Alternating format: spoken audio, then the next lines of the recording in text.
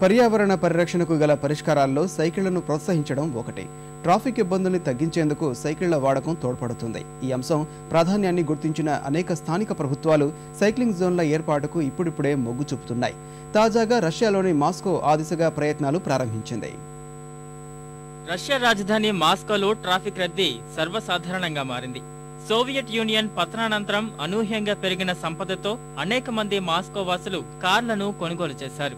దీంతో విపరీతంగా పెరిగిన ట్రాఫిక్ కారణంగా నగరంలోని ముఖ్య ప్రాంతాలకు ప్రయాణించాలంటే కనీసం 3 గంటల సమయం పడుతోంది. నిత్యం వాహనాల్లో ప్రయాణించేవారు వారానికి 15 గంటలు ట్రాఫిక్ లో చిక్కుకుంటున్నారని అంచనా. ట్రాఫిక్ రద్దీని తగ్గించేందుకు సైక్లింగ్ ను ప్రోత్సహించాలని భావించిన అధికార యంత్రాంగం మాస్కోలో సైక్లింగ్ మార్గాల నిర్మాణానికి చర్యలు ప్రారంభించింది. దీంతో ఇప్పటికే అనేక మంది సైకిళ్లను వాడటం ప్రారంభించారు.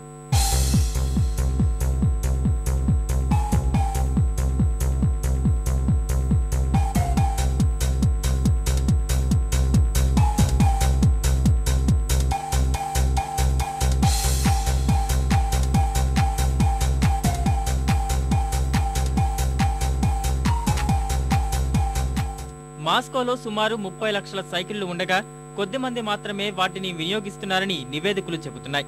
ఈ పరిస్థితుల్లో మార్పు తీసుకొచ్చేందుకు వచ్చే 4 ఏళ్లలో 72 సైక్లింగ్ మార్గాలను నిర్మించాలని అధికారులు భావిస్తున్నారు. ఈ చర్యల కారణంగా సైక్లింగ్ వేగం గంటకు 15.5 కిలోమీటర్లకు చేరుకుని తద్వారా 2013 నాటికి సైకిళ్లను వినియోగించే వారి సంఖ్య 1,44,000కు చేరుకుంటుందని అంచనా. త్వరలో వెలోరోసియా అనే పేరుతో అద్దె సైకిళ్ల పథకాన్ని ప్రవేశపెట్టాలని ప్రభుత్వం భావిస్తోంది.